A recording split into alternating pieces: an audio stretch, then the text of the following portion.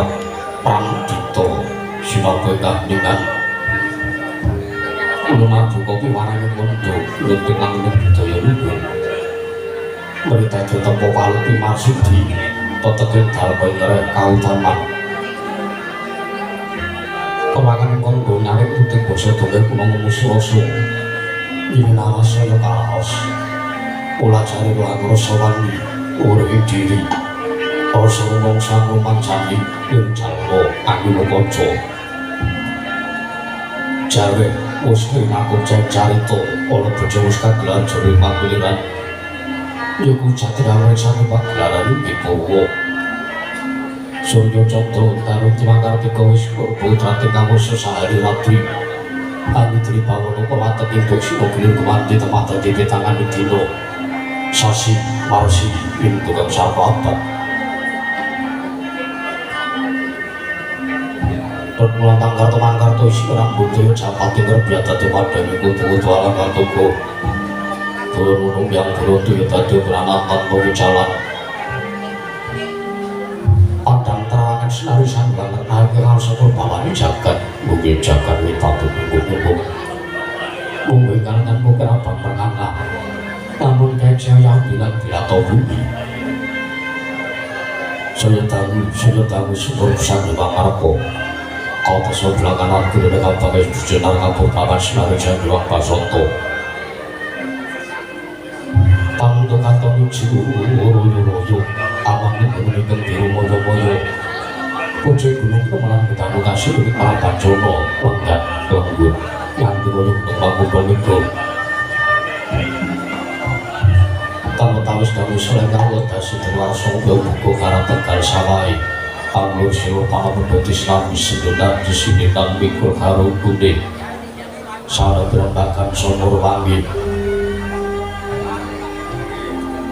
Sangga narko setangu sejik pilus na tembal sinar jagat Tili papan logi tili tanggulung Sinaring jagat kang sama dunia terputih jor begomu Para diri manggi Mapang wonten madani muswa jawi Ya bumi muswango yang tanah jawa Orang yang bisa madani ayam ini Sri jining wewengkon Ya wewengkon sinebut paduan karangkan jempol Ya kengaran paduan lambe sirah Nada kamu wujudnya karang partisan Nangin sanggup poro kamu cantik tancaman Sinamatan doyo dinayan bandul pompul ketunggalan Tatan wonten ing sami darata tatan wonten cecongkrak Wontenipun namung manunggal ketunggalan Samya manembah anut merekapi tadusan merekapi tayame dewi-dewi Dasarna tanto karang partisan papane ayem nggih ayem tentrem ugi jenjang sanggup para kawulanipun datan wonten ingkang sami regejekan datan wonten ingkang sami nanggawu kidul awit sanggup para kawuh paduan karang kadempel tansah mujaken raos syukur wonten karsaning Gusti makarya luka datan wonten ingkang resula datan wonten ingkang raos kirang datan wonten ingkang tansah sambat sebut sabedina pramila dan urut madani kawontenan negari Ngamarta alani gandeng yantri sanggup para kawula modali panduan karang kadempel sami caket marang Gustine cedhak mring pangerane pramila tansah dinayomi dinasi dening para dewani pilih-pilih nalika semanten padukan karang kadempel nadan namung sakwujuding padukuhan nanging jembare kaya-kaya sak sigar semangka separuning negara ingkang disababaken awit sangga para kawula ingkang sami anampi dumateng kawontenanipun piyambak-piyambak pramila ingkang jembar didi wewengkone nanging ingkang jembar atine para kawula tasih Pramila mangke tidung madani kawontenan pendapi agung alam pendapi Arjo Swita kagunganipun Sang Hyang Semar Bundurunaya Tuhupono kawan abdi kinasih para Pandhawa ingkang tansah dinajeni nadyan tamung derajate batur nadyan tamung pono kawan nanging eling-eling manging jawanteng dewa kayangan pramila datan ngendhap saben wanci saben dinten saben ratri dan saben dalu Sang Hyang Semarbudra tansah nampi Alawi sang para tamu wangku wiwit saking kukupan negari Ngamarta dumugi sang jabane Rangka.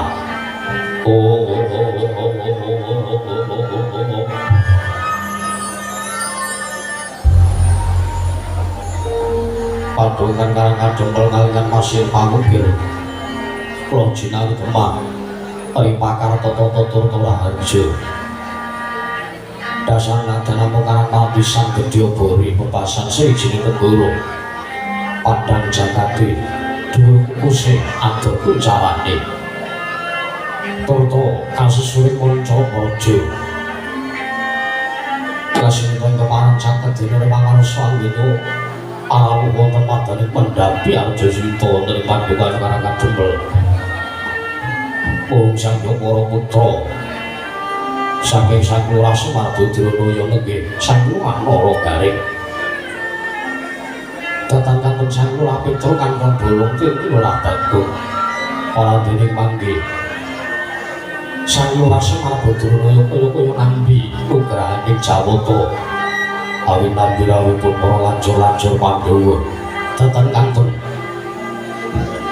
nalika semanten Sang Lurah Semarbudra wis datang kawula dumateng sinten Sang Hyang Rawuh nembe sakuwe keran Gugumbala putra Jendimati Anwarja Ragiling Sang Raden Werkudara niki Sang Raden Antasena mangkang tinggalipun sato ing Jangkar Bumi niki Sang Raden Antaraja ewapang mukasih pasipun niki sato ing Pringgodan Yonalindri Pringgodani Sang Raden Gatotkaca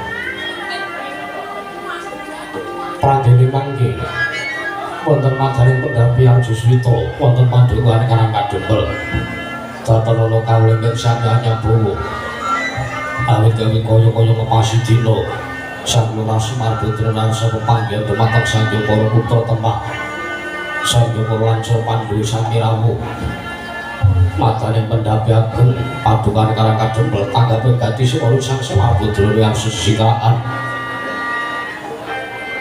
arsa langsung segata dumateng para bendoro kaya ngelaken tembang lelagon saking Sang Para Panakawan tinampi dening Lancur Pandhawa Raden Antasena para Dinantaraja Rama dening Raden Gatotkaca ing kaudharing lisan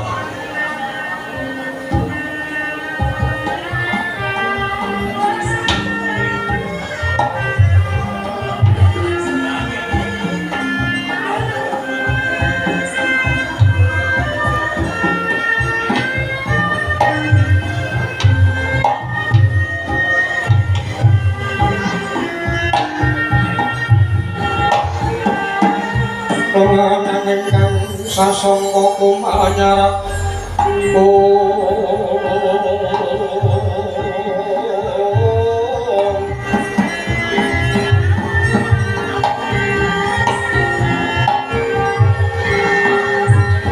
mangodoning kowe ing manca sirih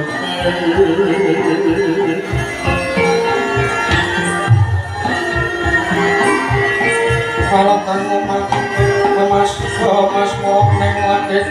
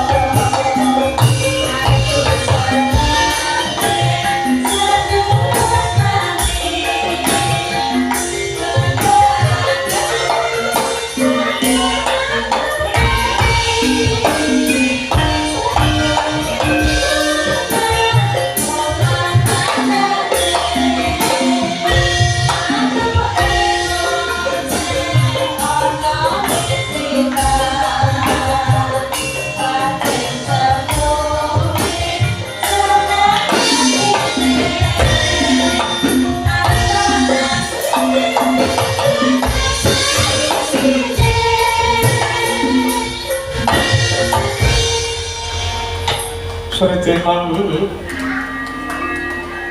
neng pasir akan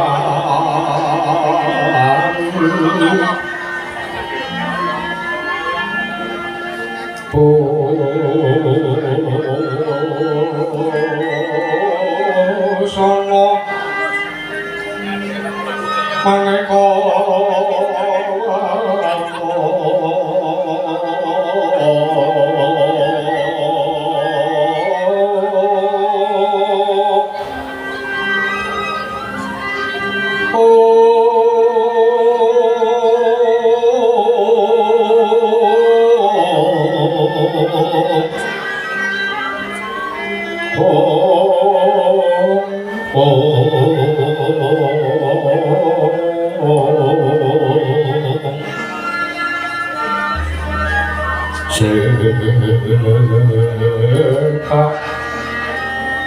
Hospitanu jono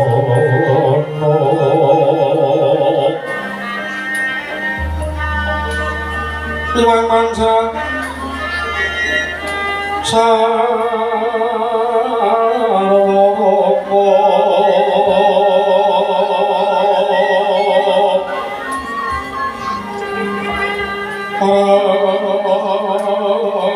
Anggeng manik loro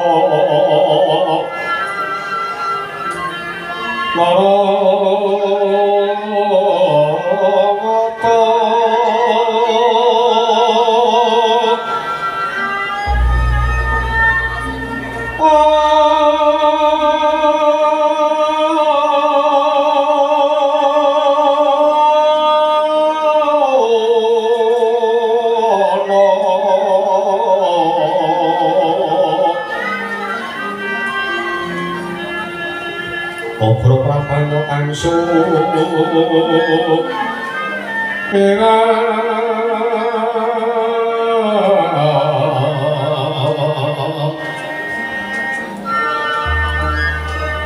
Penyaring teco Laliwaran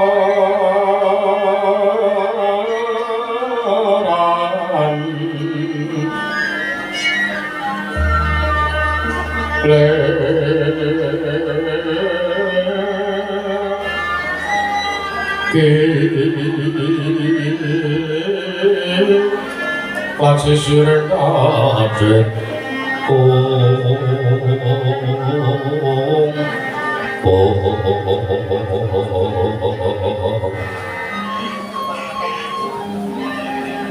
Wimbo kekondo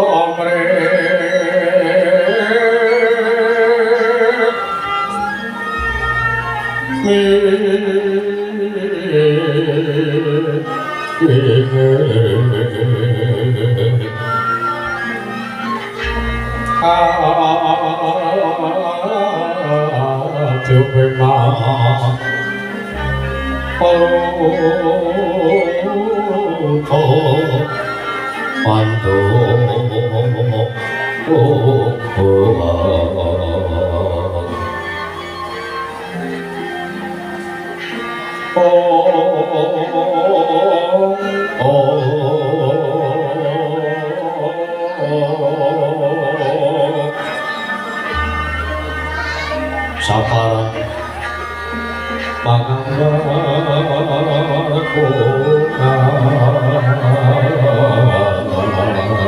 nas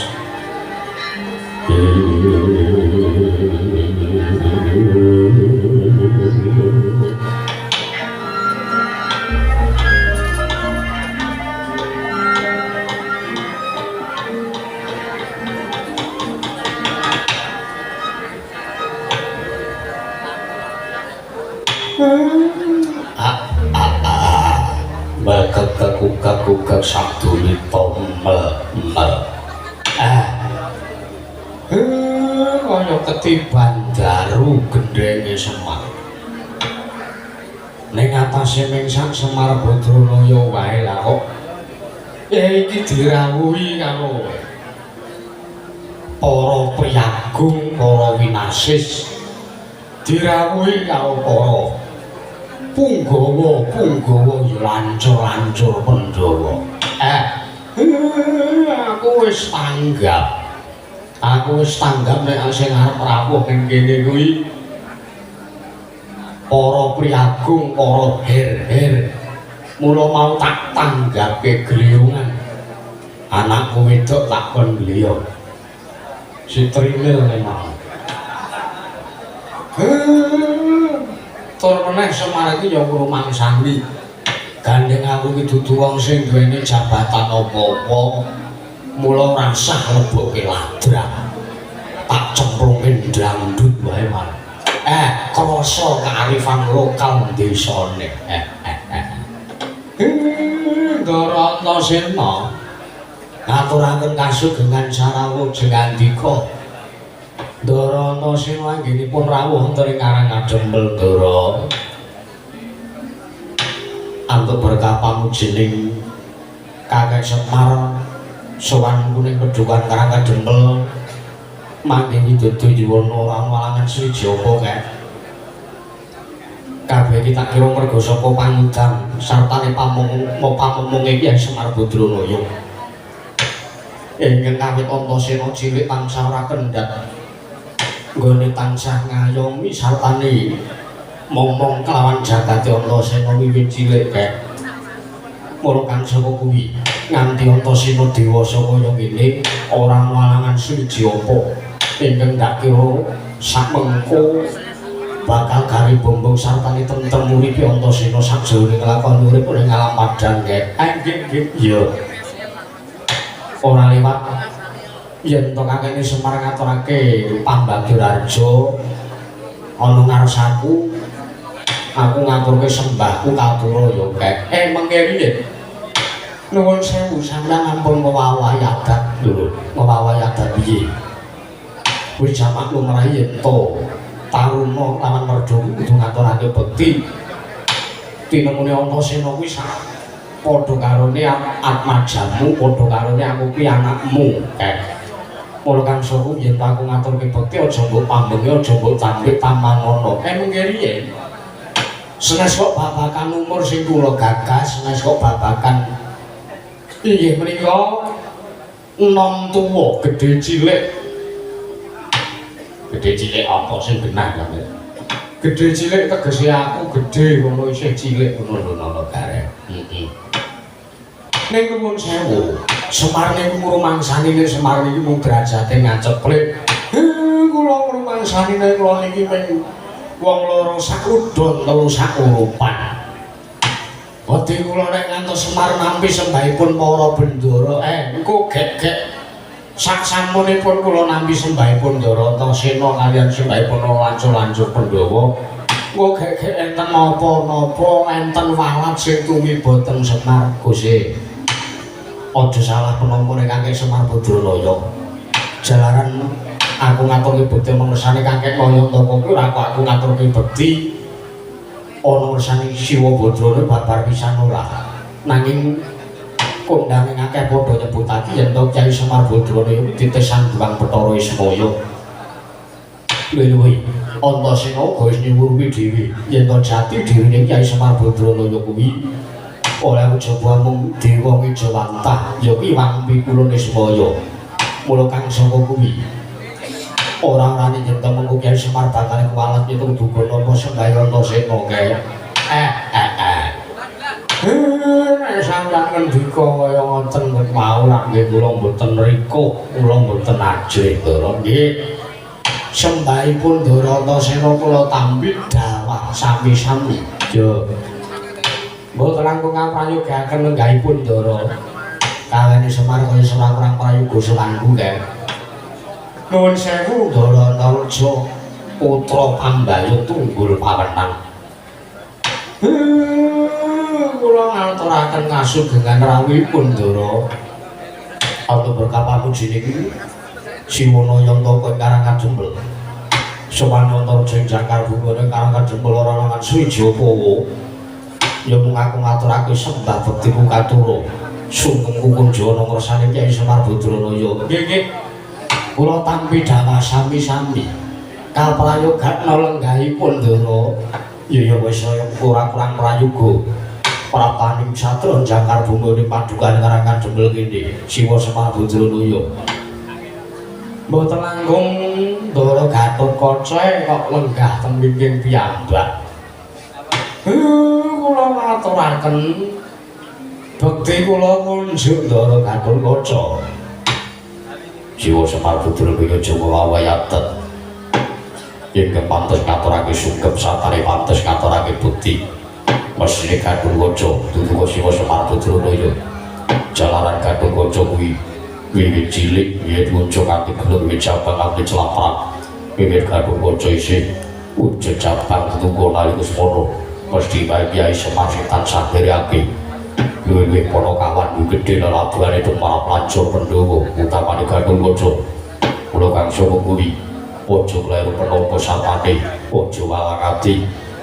Siwana Nyata pasuwun supaya nopo sembahe Gatotkaca nggih kok padha wae kula tambi Jawa sami-sami bejo kemayangan tenan iki aku dirawuhi para her-her dirawuhi para priyagung anane Semar Linggo medhangkrang ning kene malah nampa sembahe para priyagung para satriya-satriya linuwih aku kuwi nang omah kowe dindas-ndaske karo wong wedok nang kene malah nampa sembahe para priyagung putra Nalendra putra satriya matur nuwun nala gareng weta apa dhewe Bagong ora kendhak kowe ngaturna sungkem bagekna lawan rawe para bendara sarawipun Daratasena ingkang abdi pun tralala kula ngaturaken sembah bekti kula konjuk nggih Ndara ya nala gareng Pak Tompo pangestu Tampanana wae nggih Ndara Gatotkaca kula ngaturaken sembah bekti kula konjuk Ndara ya nala gareng Pak Tompo pangestu Tampanana nggih kula tampi Ndara antarja bekti kula katur Ndara ya nala gareng Pak Tompo ora pangestu Tampanana nggih ya ngene iki ya to napa bapaknya apa wong ranti derajat pangkat bapaknya apa wong ranti apa-apa montor mimin Gonda Sulima kowe bane protol urung diganti nek nek wong iki ketrima iki mesti ana wae rezekine ya to lah iya bapak mbiyen tawar buka restoran ora dadi seprene malah duwe pendopo apike kaya ngene lah yo disyukuri kaya bapak iki wong ketrima